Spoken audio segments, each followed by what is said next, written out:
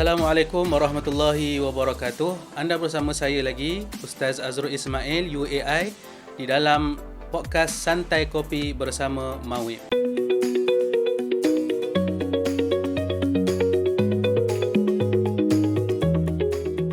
Dan pada hari ini kita membawa satu tetamu yang akan menjelaskan kepada kita tentang skuad jejak asnaf Majlis Agama Islam Wilayah Persekutuan, dan orang yang paling layak untuk menjelaskan perkara tersebut, saya persilakan Al-Fadhil Ustaz Ishaq untuk memperkenalkan diri. Apa khabar Ustaz? Alhamdulillah, sihat. Alhamdulillah. Macam mana datang ke studio kita ni? Okey. Okey, Alhamdulillah. Boleh Ustaz beri pengenalan pada diri Ustaz dan berapa lama sudah Ustaz bersama dengan skuad jejak asnaf? Okey, Alhamdulillah. Terima kasih kepada Ustaz Azrul. Saya Muhammad Ishaq Zulkifli, penyelaras skuad jejak asnaf Pazar Cawangan Ibu Pejabat.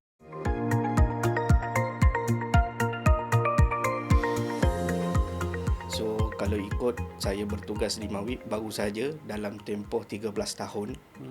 Dan Alhamdulillah sepanjang tempoh saya berkhidmat di Mawib, saya diletakkan di satu tempat yang mana saya berada sekarang, iaitu skuad jejak asnaf. Baik Ustaz, untuk yang pertamanya saya nak bertanya pada Ustaz, apa itu skuad jejak asnaf Mawib dan peranan utamanya yang di wilayah persekutuan?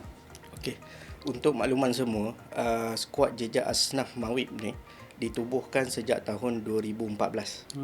Yang mana kita ambil inisiatif tubuhkan skuad ni adalah bertujuan. Yang pertamanya, sebab kita sedia maklum, pelanggan-pelanggan yang ingin berurusan di Mawib akan hadir ke pejabat. Betul. Namun akan ada mereka-mereka yang tidak ada kemampuan untuk hadir ke pejabat. So kena ada satu pasukan yang boleh menyantuni mereka-mereka yang ada kekangan dan halangan tersebut di lapangan. Jadi daripada situlah tertubuhnya skuad jejak asnaf Mawib 2014 lah. So untuk makluman semua, skuad jejak asnaf ni menjalankan perkhidmatan seperti mana perkhidmatan yang disediakan di kaunter. Okey. Maksudnya di sini, kalau sekiranya ada pelanggan-pelanggan Mawib yang tak dapat datang ke pejabat, kami akan datang ke rumah.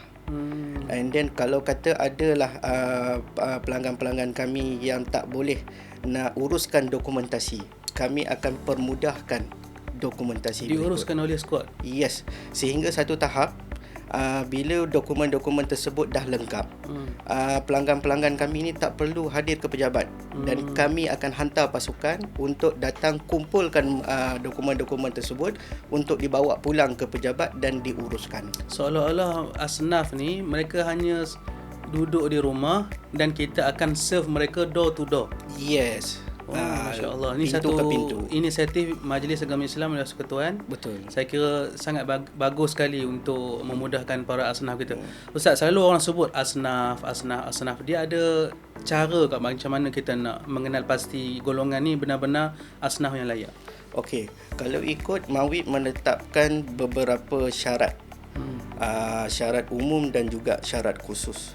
Okey, kami petugas-petugas ataupun barisan hadapan di Mawib, kami akan mengenal pasti asnaf-asnaf yang berikut.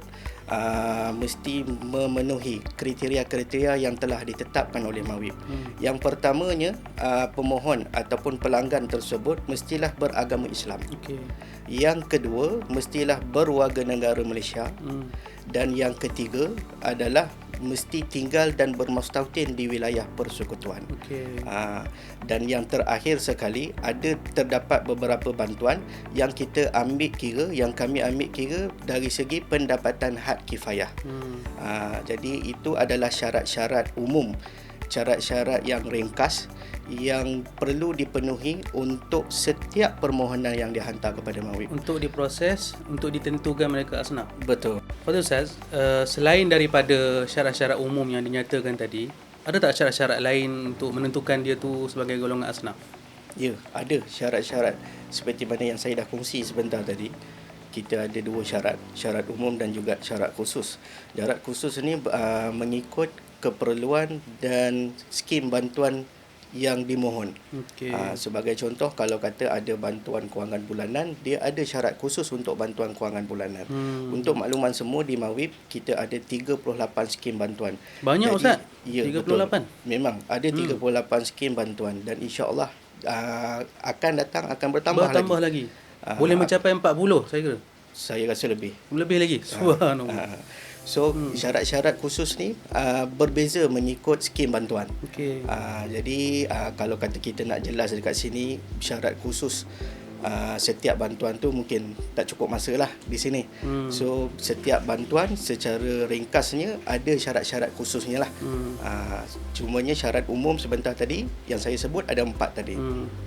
Baik Ustaz, kata bidalan pernah menyatakan bahawasanya pantai mana yang tak dilambung ombak. Sudah tentu perjalanan skuad jejak Asnaf Mawib juga ada cabaran-cabaran yang dia pernah hadapi. Ustaz sendiri berpengalaman dalam menguruskan ataupun mendekatkan diri kepada Asnaf. Boleh tak kongsi pada kita tentang apa cabaran yang pernah dihadapi untuk skuad jejak Asnaf? Okey, sepanjang kami berkhidmat dalam skuad jejak Asnaf Mawib ni memang tipulah kalau kata tak ada apa-apa halangan ataupun kekangan. Dan antara kekangan-kekangan yang selalu jadi perkara utama kami adalah maklumat yang kami terima itu adalah maklumat yang tidak lengkap ataupun terhad. Sebagai contoh, kalaulah kata kami dapat laporan ataupun aduan yang mana aduan tersebut telah dinyatakan siapa yang perlu kami bantu. Cumanya kadang-kadang kami terima halangan apabila lokasi ataupun alamat yang diterima tu tidak lengkap. Yang kedua, mungkin kami tak ada nombor telefon yang boleh dihubungi. Ataupun kami mungkin tak boleh nak dapat kerjasama daripada pihak pengadu.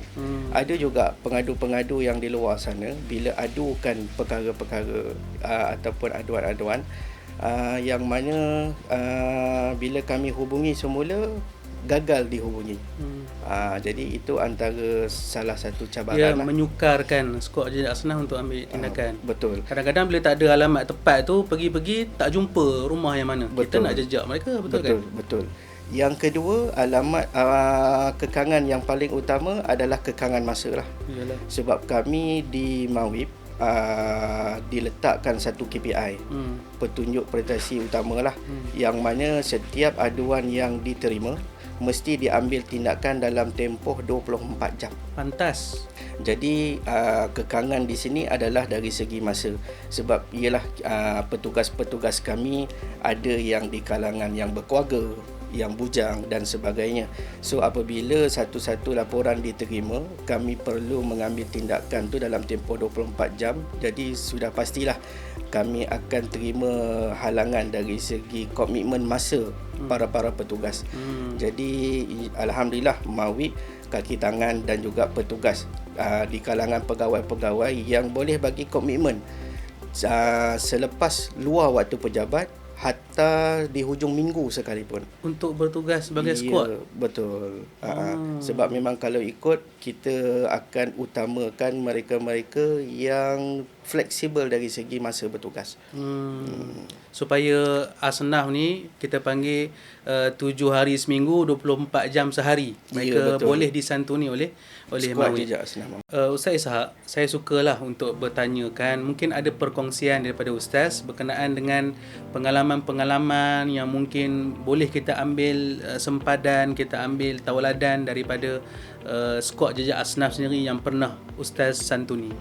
Okey. Pernah satu ketika dulu, kalau boleh kami kongsikan satu kisah yang mana kami bertemu satu keluarga.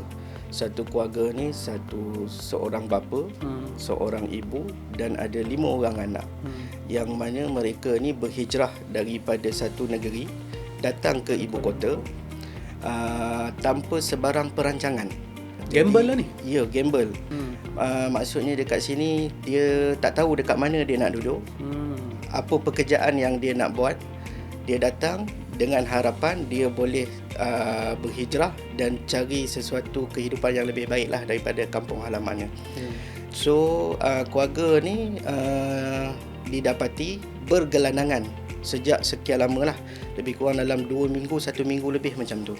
Di mana Ustaz dia orang bergelandangan? Dekat jalan Tunku Abdul Rahman. Duduk di tepi-tepi jalan lah. Ya, di tepi jalan. So kalau ikutnya dia orang mereka ni berpindah lah daripada satu tempat ke satu tempat. Dan kami terima satu aduan yang mana keluarga ni katanya sedang berteduh di satu kaki lima, dan kami pihak Mawib datang menyantuni, bertemu dengan keluarga ni, dan kami carikan kediaman yang selesa untuk beliau. Lepas tu kami bayarkan deposit dan sewa bulanannya. Sementara tu kami juga santuni keluarga ini melalui bantuan kewangan bulanan. Dan apabila kami semak, rupanya ketua keluarga ni mempunyai kemahiran untuk berniaga. Dia boleh buat satu kuih tradisional lah, dan kami bantu dia melalui bantuan perniagaan. Yang mana bantuan perniagaan tu dia gunakan untuk beli barang-barang dan alatan untuk buat kuih dan dia berniaga. So alhamdulillah lah, sekarang ni dia dah pun ada punca pendapatan sendiri. Dia pun dah mampu bayar sewa rumah sendiri. Dan anak-anak dia yang sebelum ni tidak bersekolah pun telah disekolahkan. Oh, subhanallah. Jadi kami di Mawib nampak di sini satu kejayaan yang sangat besar lah. Kadang-kadang mereka yang di luar sana bukan tak ada jalan, ataupun bukan tak ada harapan, cumanya sedikit suntikan sokongan daripada Mawib, akhirnya mereka boleh hidup seperti keluarga yang biasa. Yang lain. Subhanallah, saya kira satu kisah yang amazing, menginspirasikan kita yang mendengarnya. Mereka yang asal tak ada perancangan datang ke ibu kota, kalau kita letak pada diri kita, tak mampu nak buat macam mereka. Tapi alhamdulillah ada sinar di hujung jalan. Allah Ta'ala beri bantuan kepada mereka melalui zakat-zakat. Mereka berjaya berdiri di atas kaki sendiri. Betul. Baik, kita tengok Kuala Lumpur tu besar Ustaz, dan ratusan ribu lah penduduknya. Dari segi kekuatan skuad jejak asnaf tu, kan kita tahulah mestilah terhad pegawai pun berapa orang sahaja. Adakah skuad jejak asnaf ini bergerak secara silo ataupun ada kerjasama juga di kalangan penduduk setempat dan sebagainya? Okey, pada awal penubuhan skuad jejak asnaf Mawib sekitar tahun 2014, kami cuma ada satu pasukan sahaja. Yang mana pasukan ni akan menjagalah semua parlimen-parlimen di wilayah Persekutuan. Namun sejak 2024 Mawib telah buat penambahbaikan yang mana setiap cawangan pusat agihan zakat yang dikenali sebagai nama PAZA lah, pun ditambah baik dengan fungsi skuad jejak asnaf. So sekarang ni sekiranya ada kes yang diterima di Parlimen Bukit Bintang, so nanti pasukan daripada cawangan Bukit Bintang yang akan turun.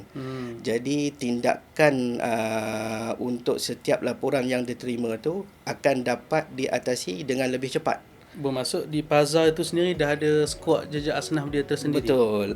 Sebelum ni semuanya decentralized di ibu HQ. pejabat. Jadi kalau kata berlaku di Segambut, ibu pejabat yang akan pergi. Kalau berlaku di Seputih, ibu pejabat yang akan pergi. Jadi apabila kita buat penambahbaikan dan kita buat pemakasaan PAZA tersebut, apabila kes-kes diterima, kita akan minta cawangan yang akan turun padang. Dan bila skuad jejak asnaf ni turun padang, sudah pastinya kami tidak boleh bergerak sendiri tanpa kerjasama dengan pihak-pihak yang berkaitan. Sebagai contoh, kami juga menjalinkan kerjasama yang baik dengan persatuan penduduk, persatuan komuniti. Sebab apa? Kadang-kadang yang lebih mengenali penduduk ataupun komuniti tersebut adalah mereka.